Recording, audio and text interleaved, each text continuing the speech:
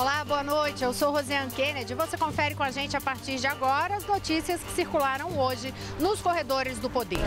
O governo avança em mais uma etapa na concessão de aeroportos e vai arrecadar à vista R$ 1,4 bilhão para os cofres públicos.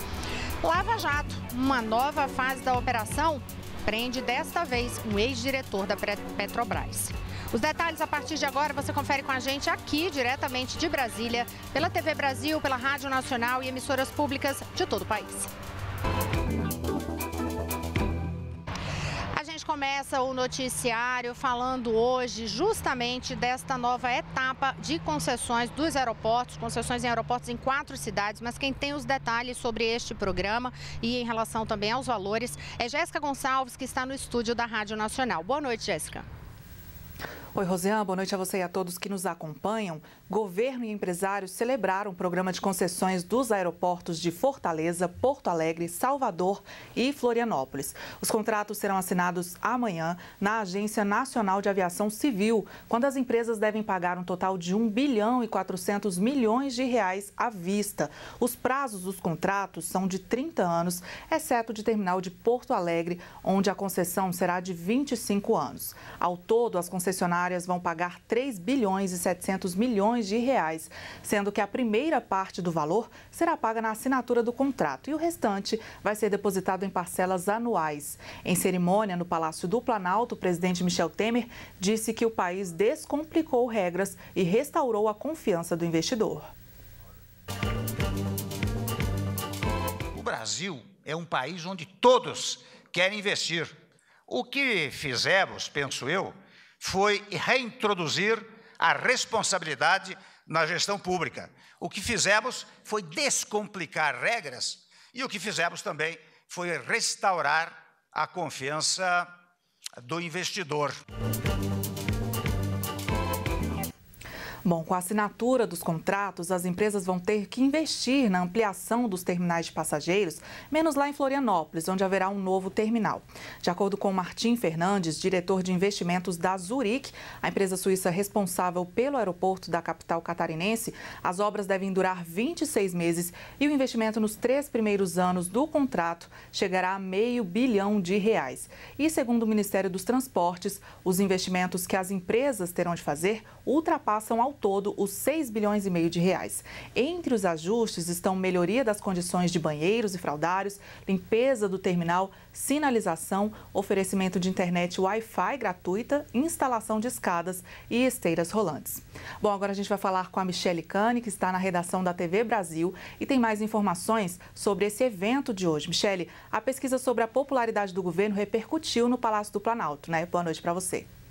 Olá, Jéssica, boa noite. Pois é, a pesquisa da Confederação Nacional da Indústria e do IBOP, que divulgou o baixo índice de popularidade do presidente Michel Temer, teve repercussão no Palácio do Planalto. Hoje, durante a cerimônia sobre concessões de aeroportos, o ministro da Secretaria-Geral da Presidência, Moreira Franco, defendeu a gestão de Temer e fez também elogios ao presidente. O ministro disse que Temer se diferencia dos demais presidentes brasileiros pelo fato de não ser candidato. Diferentemente da maioria dos outros presidentes, o senhor não tem ambições eleitorais, mas quer que o futuro seja livre dos males recentes que nos atormentam. Quer mudar, quer reformar, quer construir uma sociedade nova, diferente, contemporânea ao século XXI. Quer que o futuro seja de ordem e de progresso. A sua travessia, sua incansável disposição, expressa a vontade e o desejo de pavimentar o terreno para os próximos presidentes da República, para os nossos netos, para a futura geração de meninos e meninas brasileiras. A pesquisa realizada pela CNI e Ibope mostra que 70% da população consideram o governo Temer ruim ou péssimo. Somente 5% acreditam que o governo é ótimo ou bom. E durante esse mesmo evento, o presidente Michel Temer disse que o governo está fazendo um dever de casa atrasado há muito tempo e, com isso, o país está virando a página da crise. Temer disse ainda que os resultados estão aparecendo e destacou que a inflação é a mais baixa dos últimos tempos. No discurso, o presidente citou a aprovação da reforma trabalhista, do teto para gastos públicos, as discussões sobre a reforma da Previdência e indicadores da geração de empregos. Voltamos com você, Rosiane. Obrigada, Michele Canes. Olha, em relação a essa pauta destacada pelo presidente da República, Michel Temer, o líder do governo na Câmara dos Deputados, André Moura, também falou sobre isso hoje. Falou da importância das reformas e ressaltou qual é a prioridade imediata na volta dos trabalhos legislativos a partir da próxima semana. Mas quem conta os detalhes para a gente é a Mariana Jungmann, que está aqui ao meu lado. Boa noite, Mariana. Boa noite, Rosiane. Pois é, os trabalhos só voltam na próxima semana, mas o líder do governo, André Moura, o líder do governo na Câmara, já esteve em Brasília hoje, né? Já estava trabalhando, participou de reunião no Palácio do Planalto e saiu de lá com algumas definições para a pauta que vai ser prioritária para o governo a partir da próxima semana. E ele citou em especial a medida provisória que trata da nova taxa de longo prazo, que é a nova taxa que vai ser aplicada a empréstimos do BNDES, e também a medida provisória que reonera a folha de pagamento de várias empresas em mais de 50 setores da economia. Vamos acompanhar o que disse André Moura logo após essa reunião no Palácio do Planalto. Então, na comissão mista, a nossa meta principal agora é a medida provisória 777, que é da taxa de longo prazo. No plenário, é nós votarmos as medidas provisórias que estão na frente para que nós possamos chegar na reoneração, que é a mais importante de todas elas, das que estão prontas para a pauta de plenário. A pauta do Congresso Nacional está com muitas medidas provisórias. Essa, em especial, da taxa de longo prazo, ainda está na fase de análise da Comissão Especial Mista. Depois disso, vai passar pela Câmara, pelo Senado ainda. E a que reonera a folha de pagamento está na pauta da Câmara dos Deputados. Então, como ele disse, é preciso liberar, votando outras medidas provisórias que estão na frente dela, para que os deputados possam, então, analisar e enviar essa medida provisória ao Senado. Rosiane, ele falou também sobre uma expectativa em torno do cortes ao orçamento que vão ser enviados ao Congresso. Disse que ninguém gosta de ter que analisar cortes, de ter que votar cortes, mas que eles são necessários para o bem da economia, então que o Congresso vai encarar isso sim, mas que a prioridade do governo é aumentar a arrecadação e disse que o ideal é que não sejam necessários novos cortes até o fim do ano.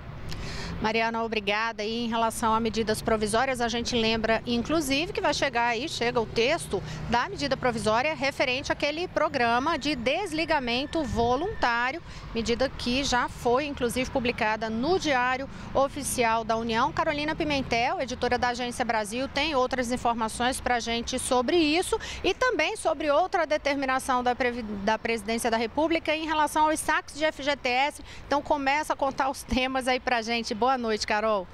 Boa noite, Rosiane. Vou começar então falando aí do programa de demissão voluntária para os servidores públicos. Como você disse, já foi publicada hoje no Diário Oficial da União a medida provisória que trata do programa de desligamento voluntário dos servidores públicos. Ela foi assinada ontem pelo presidente Michel Temer e publicada hoje. Com isso, o programa já está valendo, né? Com esse programa, o governo quer aí reduzir os gastos com a folha de pagamento dos servidores públicos federais. A expectativa do governo é que 5 mil funcionários façam adesão. Se esse número aderir a esse programa, isso vai representar uma economia de R$1 bilhão de reais por ano para o governo. A gente tem falado bastante desse programa aqui, desse programa de demissão aqui nos Corredores do Poder, lembrando que quem aderir vai receber um salário mais 25% da remuneração multiplicado pelos anos de trabalho.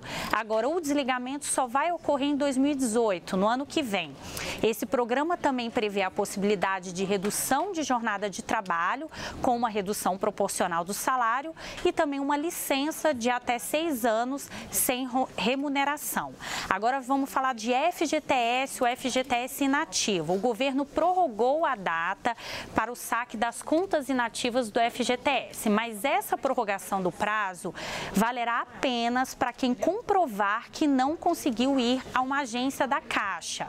Bem, o saque, para sacar esse dinheiro da conta inativa, termina na próxima segunda-feira.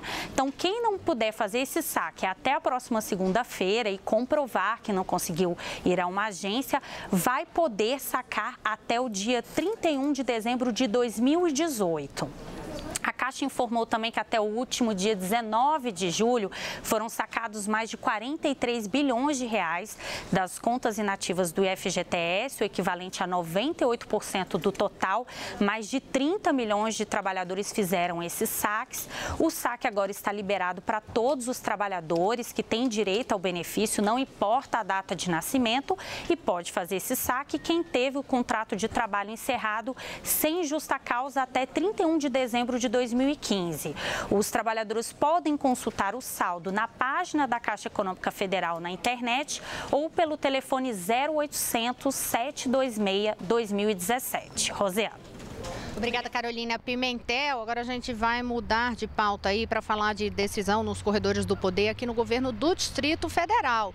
É uma notícia boa para os estudantes, principalmente os estudantes atletas, porque o governo do Distrito Federal assinou hoje um acordo para a realização aqui dos Jogos Escolares da Juventude, que é um evento imenso. Mas quem tem os detalhes para a gente é Michele Canes. Olá, Rosiane. O governador do Distrito Federal, Rodrigo Hollenberg, assinou hoje um acordo de cooperação com o Comitê Olímpico do Brasil, o COB, para a realização da segunda etapa nacional dos Jogos Escolares da Juventude de 2017. O evento será entre os dias 16 e 25 de novembro. Os atletas participantes têm entre 15 e 17 anos e o evento contará com cerca de 3.500 alunos atletas de instituições privadas e públicas que disputarão 14 modalidades. O processo seletivo teve mais de 2 milhões de jovens de 4 mil cidades em todo o país. Na solenidade, a secretária de Esportes do governo de Brasília, Leila Barros, disse que os Jogos Escolares são muito importantes para o desenvolvimento de todo o desporto do Brasil. Leila foi medalhista olímpica do vôlei e ressaltou que praticamente todos os atletas olímpicos do Brasil são oriundos dos Jogos Escolares da Juventude. O governador do Distrito Federal também falou no evento. Rodrigo Hollenberg disse que Brasília já demonstrou a sua capacidade para a realização de grandes eventos esportivos e destacou a importância dos Jogos. Vamos acompanhar. Tem um componente pedagógico, educativo, do turismo, da economia. Portanto, é uma atividade que só traz benefícios para a população de Brasília, especialmente para os nossos estudantes. E a gente lembra aí, Rosiane, que Brasília já recebeu jogos da Copa do Mundo e também de eventos durante as Olimpíadas. Voltamos com você. Obrigada, Michele Canes. E é como a secretária de Esportes ressaltou, este evento, ele vira ali um foco para que os atletas sejam observados e dele saem os atletas olímpicos brasileiros. Então, existe sempre uma expectativa muito grande em relação à realização dos Jogos Escolares da Juventude. E, gente, só antes de encerrar esse bloco, vocês perceberam que hoje a gente está em corredor aberto. Na verdade, a gente está exatamente na rampa do Itamaraty, que é o Ministério de Relações Exteriores. É a rampa por onde passam todas as autoridades, presidentes, reis, quem vem aqui para um encontro formal entre governos, entre chefes de Estado. E aí você vê ao fundo o Congresso Nacional. E aproveitando que a gente está no Itamaraty, eu vou perguntar a Mariana Jungmann aqui uma informação sobre um noticiário internacional, que é aquela polêmica nos Estados Unidos, Mari, teve desdobramento hoje, né, de que o presidente Trump chegou a colocar no Twitter dele que não era para ter os transexuais não serem convocados ali para o alistamento. Exatamente. Ele tinha proibido que transexuais sirvam às Forças Armadas Americanas, Rosiane, mas hoje o chefe do Estado Conjunto, o chefe do Estado Maior Conjunto dos Estados Unidos, general Joseph Dunford, disse que não vai proibir esse alistamento, pelo menos até que o secretário de Defesa americano receba essa ordem oficialmente e as diretrizes de como ela deve ser seguida. Ele disse isso num comunicado interno e emendou dizendo que até lá ele vai seguir respeitando o seu pessoal. Olha, e ainda em relação a isso, o Canadá já aproveitou a situação e disse que abriu ali espaço para esses transexuais que quiserem se alistarem lá no Canadá. Daqui a pouquinho a gente volta com outras informações.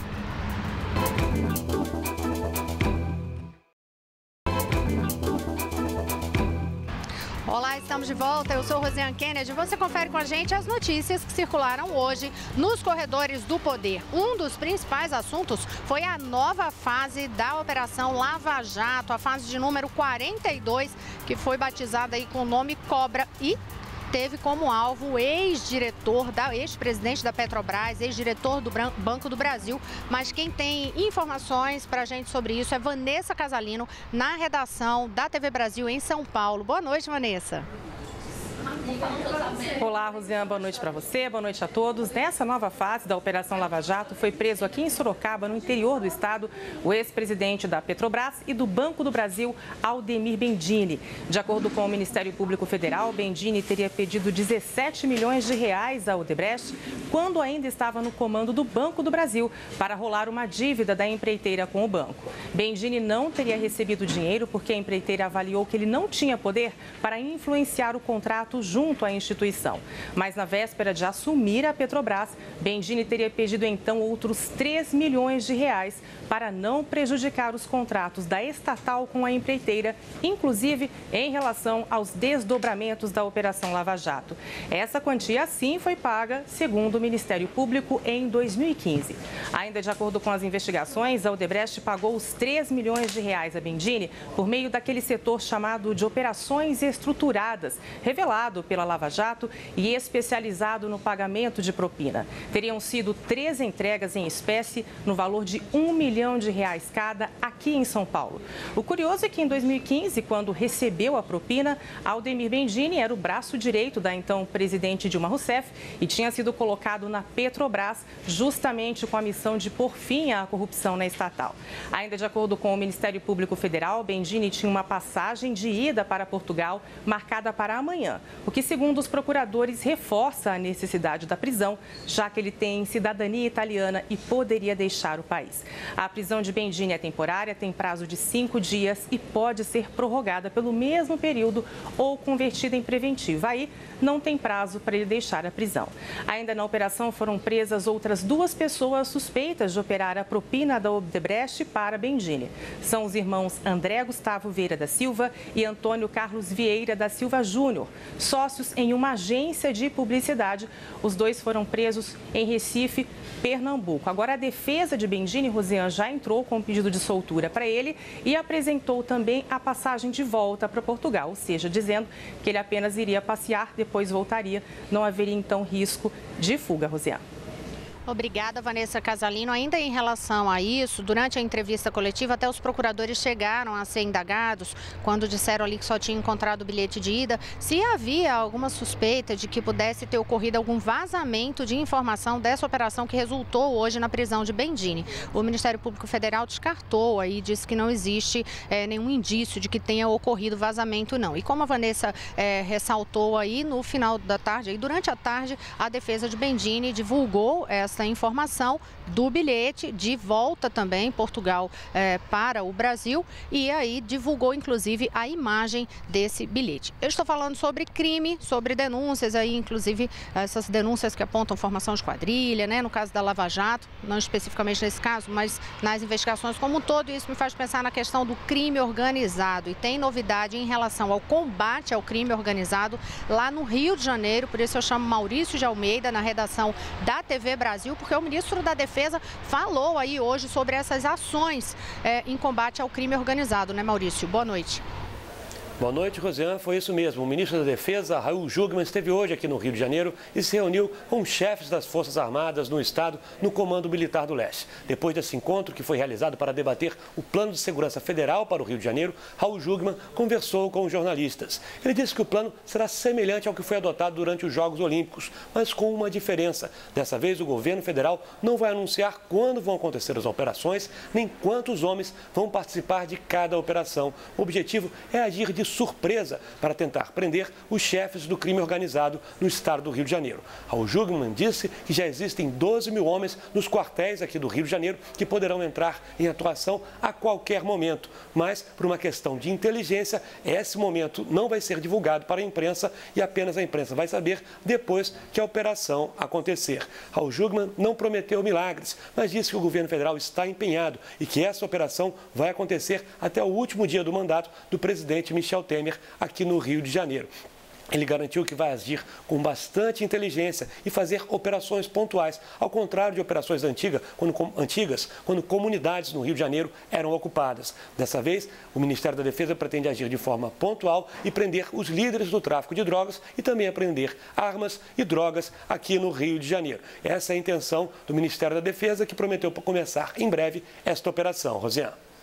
Maurício, agora em relação ainda à situação do Rio de Janeiro, hoje houve mais um dia de muito tumulto na cidade, com cenas de violência, mas foi um momento específico em relação àqueles protestos por causa daquela confusão que existe entre os motoristas de táxi e de Uber ou de outros tipos de aplicativos, né, para chamar esse tipo de serviço de motorista. Mas aí o prefeito da cidade, Marcelo Crivella, inclusive deu uma declaração sobre o entendimento dele de como devem ser essas regras. O que disse aí o prefeito?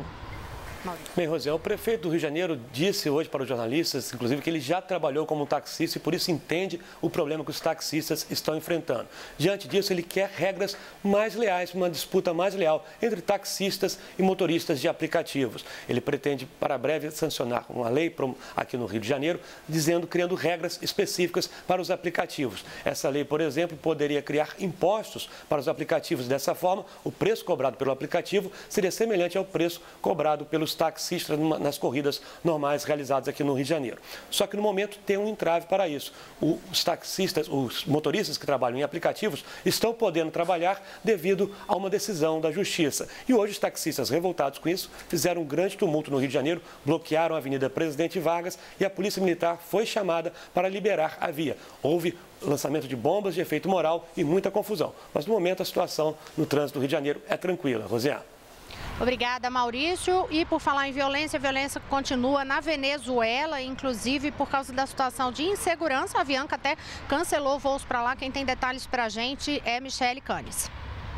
Rosiane, a companhia aérea colombiana Avianca antecipou para hoje a suspensão desses voos que chegam da Venezuela. Essa medida seria inicialmente para valer só em agosto, né? A ideia é que só no dia 16 de agosto começassem a ser suspensos esses voos. Mas ontem a empresa anunciou que por dificuldades operacionais suspenderia esses voos que saem de Bogotá para Caracas e de Lima também para a capital venezuelana. A suspensão afeta a conectividade aérea da Venezuela, de onde já se retiraram várias companhias aéreas. Só a Avianca tem uma participação de mercado de 59% da rota Bogotá-Caracas-Bogotá e de 77% na rota Lima-Caracas-Lima. Segundo a empresa, os viajantes com voos programados para essa semana vão ser acomodados em outras companhias aéreas de acordo com a disponibilidade. E ainda falando de Venezuela, Rosiane, a gente traz agora algumas informações sobre a greve geral que acontece no país. A morte de um jovem de 23 anos elevou para 3 o número de pessoas que perderam a vida em todo o país durante essa greve de 48 horas, que é promovida pela oposição do presidente Nicolás Maduro. A paralisação teve início ontem. O Ministério Público informou que a promotoria está investigando o caso. E também ontem, um adolescente de 16 anos morreu durante uma manifestação na capital Caracas. Antes, o Ministério Público já tinha anunciado a morte morte de um homem de 30 anos também durante uma manifestação em uma outra cidade. Agentes das forças de ordem e participantes da greve geral se enfrentaram em vários pontos de Caracas e líderes da oposição responsabilizaram aí o presidente Nicolás Maduro pelas mortes dos 3 manifestantes. Com essas novas mortes, já são 103 pessoas que perderam a vida desde 1º de abril deste ano, na atual onda de protestos contra o governo. Rosiane. Obrigada, e a gente vai ter agora as informações, as últimas notícias da Agência Brasil com Carolina Pimentel. Bem, Rosiane, dentro de 2 meses vai entrar em funcionamento um software que vai permitir o monitoramento de ações judiciais relativas a serviços de saúde. Esse aplicativo, ele foi criado e implantado pelo governo paulista em 2005 e agora o governo federal vai disponibilizar para estados e municípios. A ideia é reduzir os gastos com o pagamento dessas ações, que até o fim do ano, segundo o governo federal, devem chegar a 7 bilhões de reais. O Ministério da Saúde, os estados e os municípios vão poder cruzar os dados com esse software para identificar quem são os pacientes, os médicos e os advogados que entram com essas ações judiciais, até mesmo os juízes que emitem as sentenças. O ministro da Saúde, Ricardo Barros, disse que as ações judiciais elas devem servir para que um cidadão tenha acesso à saúde, como determina a Constituição, mas não pode servir para atender interesses de laboratórios e advogados. O governo argumenta ainda que quando a Justiça determina que uma dessas ações deve ser atendida, não é usado um dinheiro novo. O dinheiro é tirado de uma ação, de um projeto que já estava previsto para pagar os custos. Rosiane. Obrigada, Carolina Pimentel. Ainda em relação à saúde, na própria Agência Brasil, no site lá, agenciabrasil.abc.com.br, você tem informações sobre um tratamento aí novo que o governo anunciou em relação à hepatite C. Então, a saúde, o governo vai oferecer um novo tratamento contra a hepatite C. Como que vai ser oferecido isso? Os detalhes você pode conferir lá no site e a gente traz depois outras informações para você também aqui. A gente lembra também que de saúde hoje saiu uma campanha importante de pediatria para combater a obesidade, isso da Sociedade de Médicos Pediatras, para combater a obesidade infantil, e a recomendação deles foi para que crianças entre 0 e 2 anos não tenham aí acesso a tablets, computadores, para poder estimular a atividade física. E amanhã a gente traz informações para você também sobre os cortes no Orçamento Geral da União. Boa noite, até lá. Boa noite, Mari. Boa noite, até amanhã, a gente te espera.